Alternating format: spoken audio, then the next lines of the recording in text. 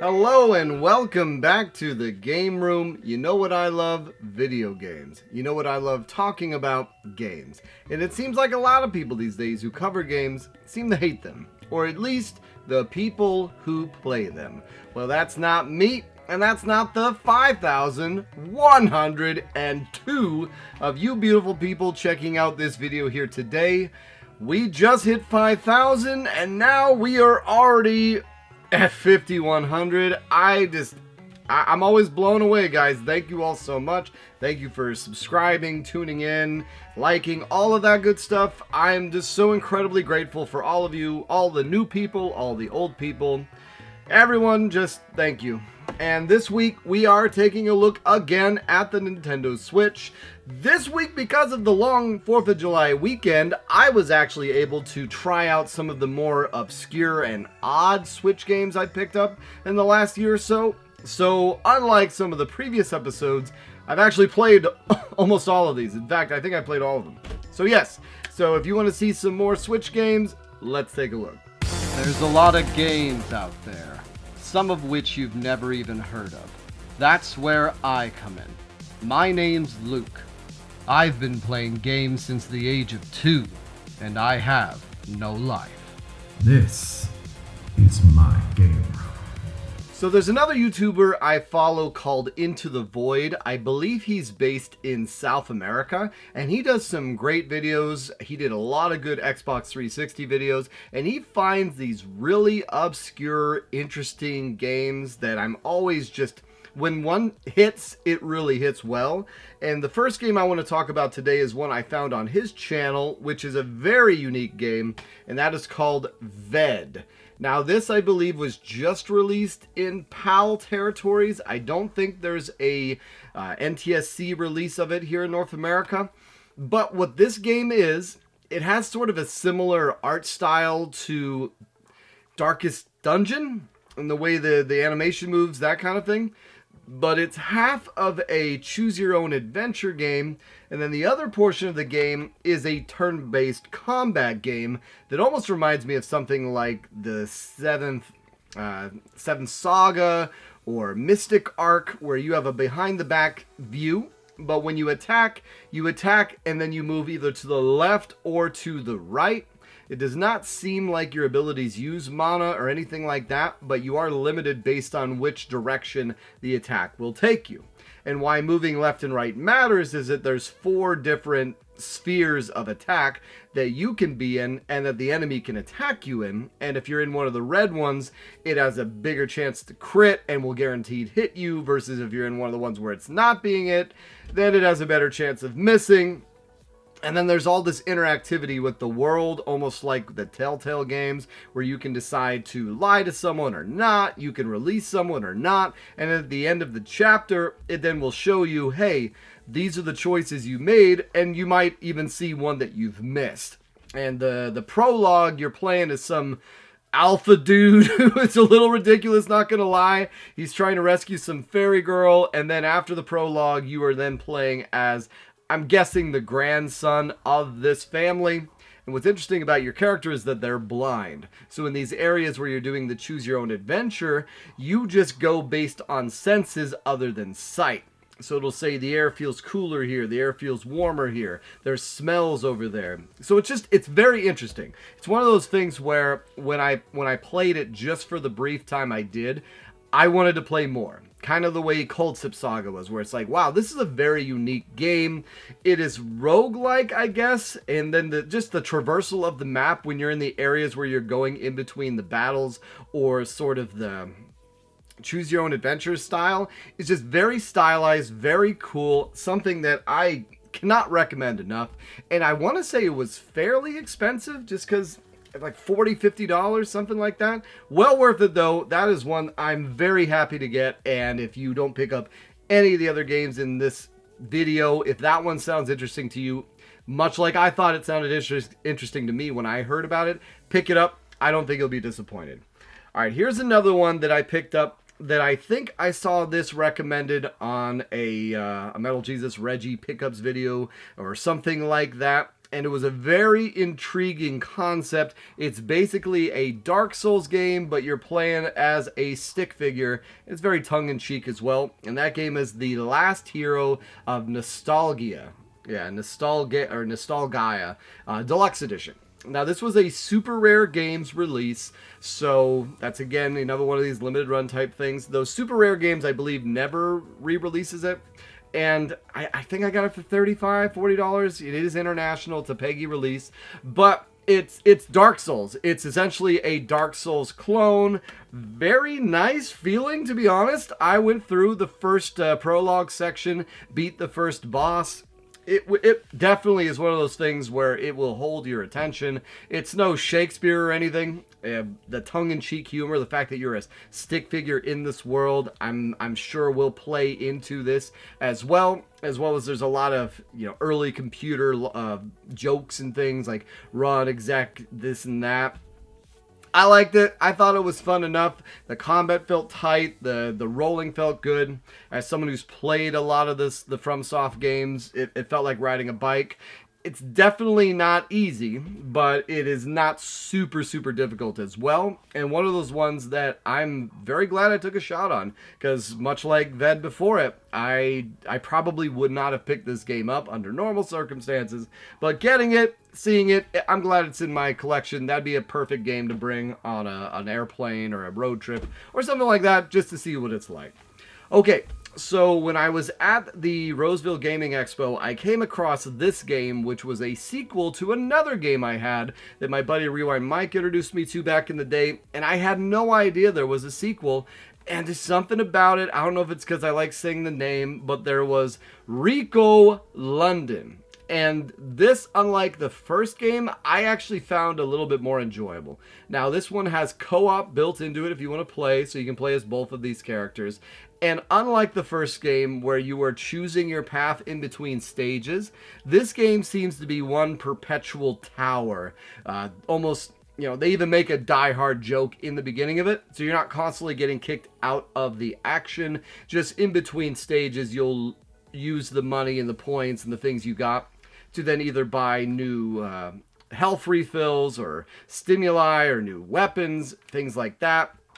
You're always short on ammo, I found. There's never enough health.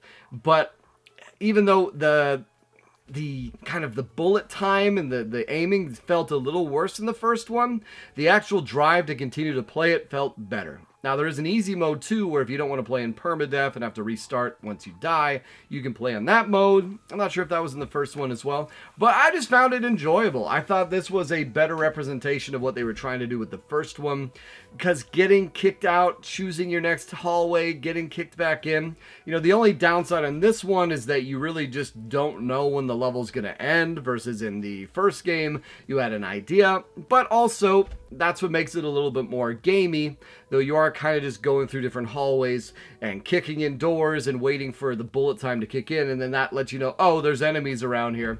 But there's also knives you can throw, you can pick up all different kinds of weapons, there's just, it's fun. It's fun, and as much as I thought the first game was a little disappointing, this one is about the same. I think it's about a $20 purchase. And the fact that it's co-op too means that it's probably something that I would have a good time with playing with friends. I'm not sure if it's couch co-op. I'm not sure. I think it is, yeah. Couch co-op, which that's cool too. Definitely something I'd like to give a shot with a friend. All right, this is a game that honestly I was a little disappointed with, as the first game was just so good in my estimation, and it shows you that sometimes a sequel 10 years later just can't live up to the hype. At least that's how I felt with this one. It felt a little bit too just quirky. I mean, the first game was quirky, but Rogue Legacy 2 really leans into that quirkiness, versus the first game, when you would have the different eras you would play as. Yes, they were unique. They'd have their different play styles, but by and large, they seem to be the same flavor of ice cream, or at least the same type of food. And now in this game, every single play style you can unlock much quicker at the beginning. So then if you are really liking the kind of classic Castlevania sword person, whip person, well, then you're getting a ninja, then you're getting a barbarian, then you're getting this. Now, maybe I shouldn't have unlocked all those people with the money on my first go through in the castle, But also, well, that's kind of what you do, is after you die, you use the money to build up your home base and then unlock bigger and better things. And I just wasn't feeling it. In this game, there are permanent upgrades you can find that sort of act like challenge towers. So that was a difference from the first one. But mostly, it just plays identically to the first game.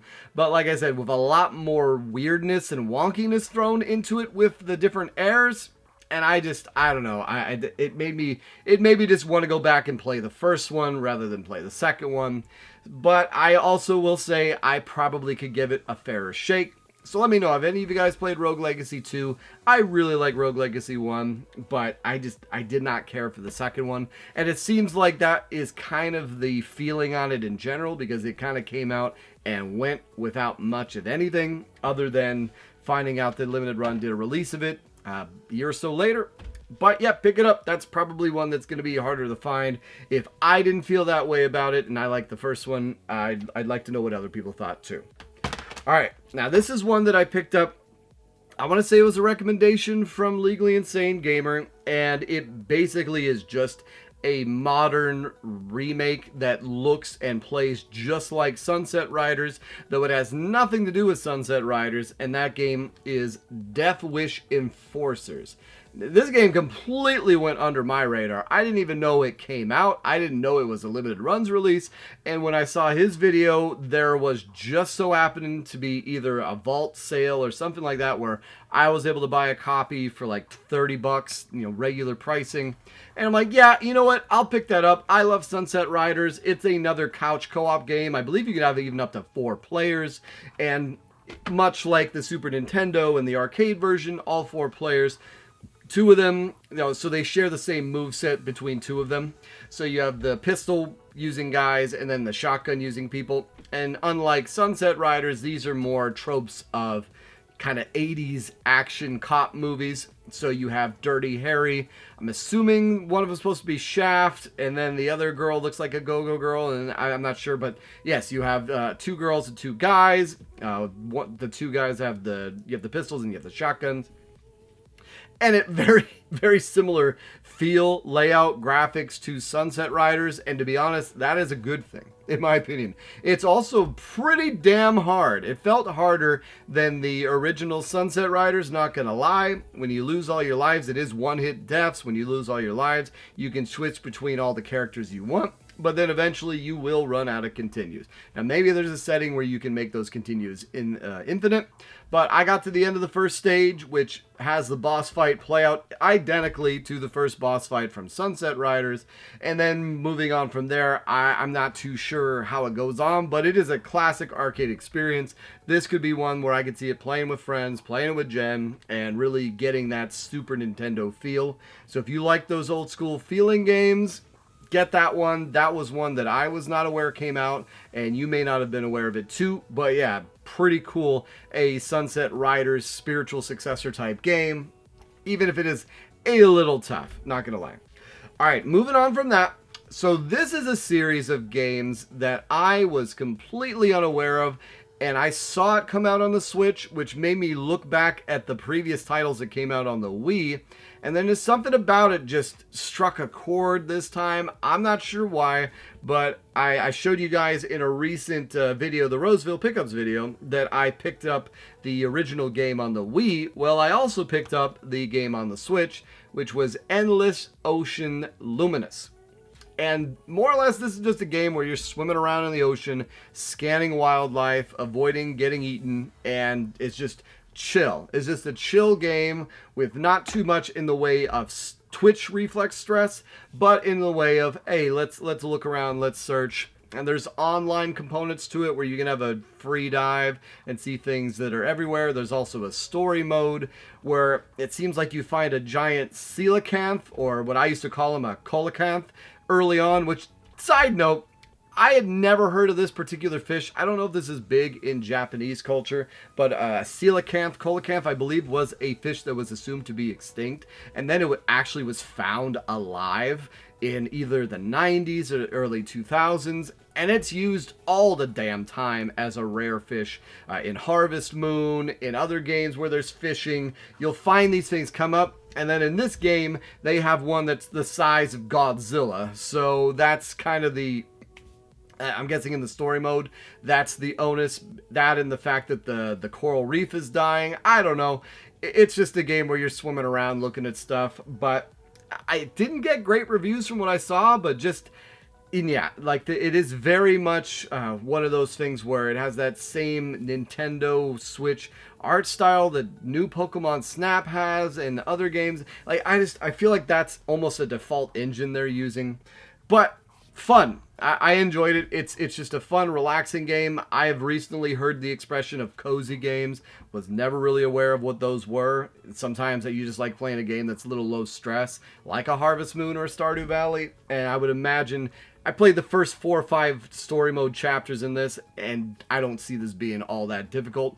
But it also is a little segmented. Each one of those stages, I'm in and out in about 5-10 minutes. So I'm hoping as the game progresses in the story mode, you get to stay in those story segments a little bit longer. But it's just fun. It's fun to swim around, look at stuff. And I don't know, the concept intrigued me. I did pick up the ones on the Wii as well. The first game, Endless Ocean, and then Endless Ocean Blue Ocean or Blue Harvest. I don't know.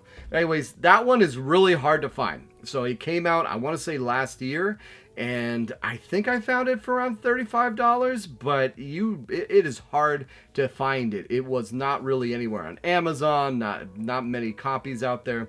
So one, if you're intrigued in it, get it. Because unlike the ones on the Wii, I think this one might be harder to find, but I could be wrong. Speaking of games that could be harder to find, so I was unaware of the Famicom Detective Club. I remember it was a huge get when they finally localized the 2 ones that came out either on the Famicom or the Famicom, the original one, for the Switch.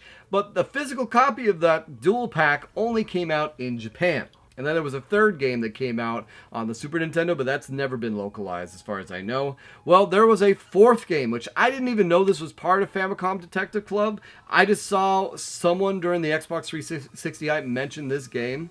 And for some reason, it intrigued me because the whole concept of the smiling man that's in this game reminded me of a PS1 game that I thought this might be a remake of, but it's not. It's the 4th game in the Famicom Detective Club, which is Emio the Smiling Man, which I actually saw a couple of you guys in the comments mention picking this up, which I picked it up too, and definitely don't wait on this one, because this one was exceptionally hard to find for a game that just came out, especially if you want the NTSC release, though I think they did do a reissue of it fairly recently.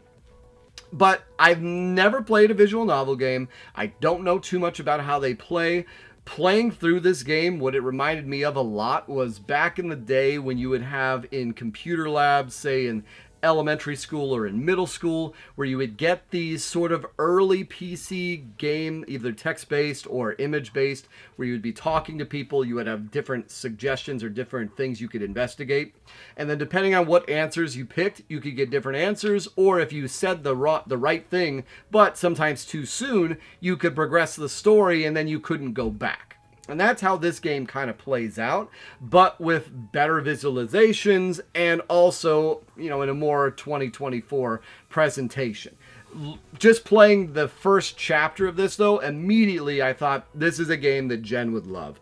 And it's because it's about a murder mystery. At the beginning of the game, you find a body of a high school student that has a paper bag over his head with a smile on it. And then the cop that you're working with, because you're an intern who's like 19, the cop you're working with says, oh wow, this is reminiscent of 3 murders from 18 years ago, where this time it was all 3 high school girls and had the same calling card. Does that mean this serial killer is back? And then that's the start of the game.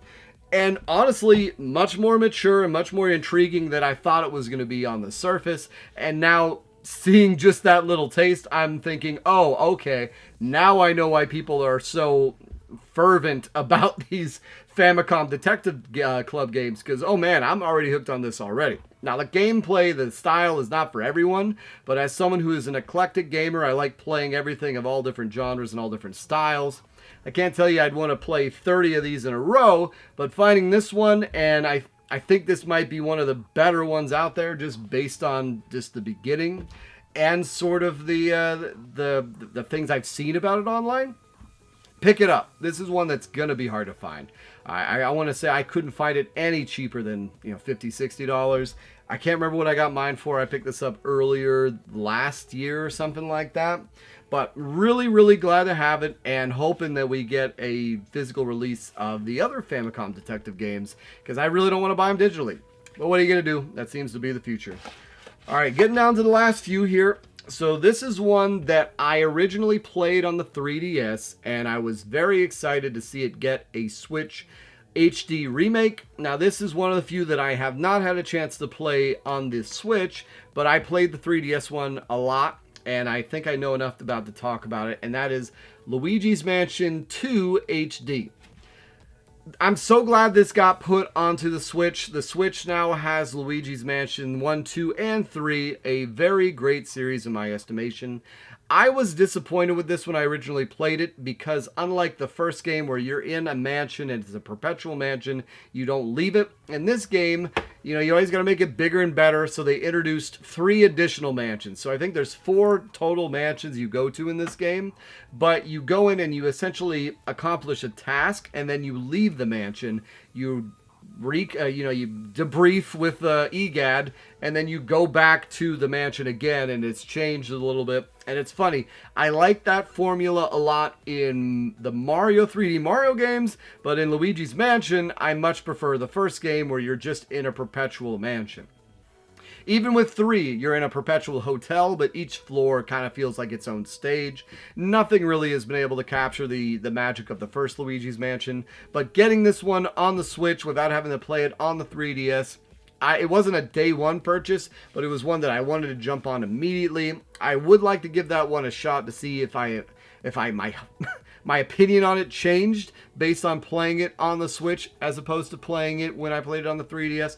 But let me know, have you guys played Luigi's Mansion 2? Is it better on the Switch than it was on the 3DS? Was I a little too harsh on it? Because I'm definitely, that's one I wanted to pick up. I think I got that for around $40-ish. And you know how the Nintendo games go. They just never go on sale. So grab that one. I have a feeling it's going to be harder to find, especially if you don't want to play the 3DS version, which is Luigi's Mansion 2 Dark Side of the Moon, right? I don't think they even have the tag. It just says Luigi's Mansion 2 HD.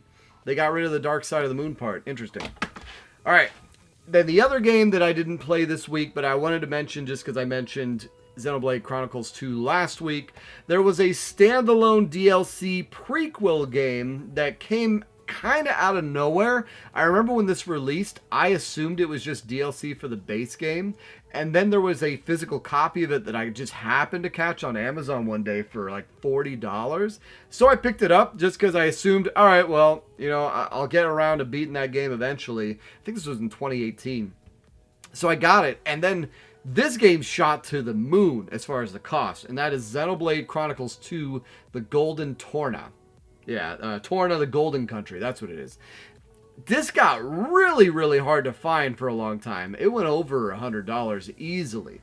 The art style in this one looks a little bit more mature than Xenoblade Chronicles 2. Oh, and yes, this gives me... So, to the point, it's not that I dislike anime art styles. I actually really like some anime art styles. The thing I don't like about Xenoblade Chronicles 2, Ys 8, that kind of thing, is I dislike it when the animation makes them all look like children.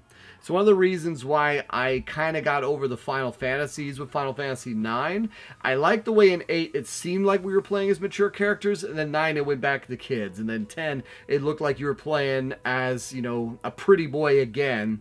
And same thing with Bravely Default, you're playing as little 10-year-olds. Or in Xenoblade Chronicles, you have these very busty Blade girls, but then you're playing as a guy who looks like he's still in middle school.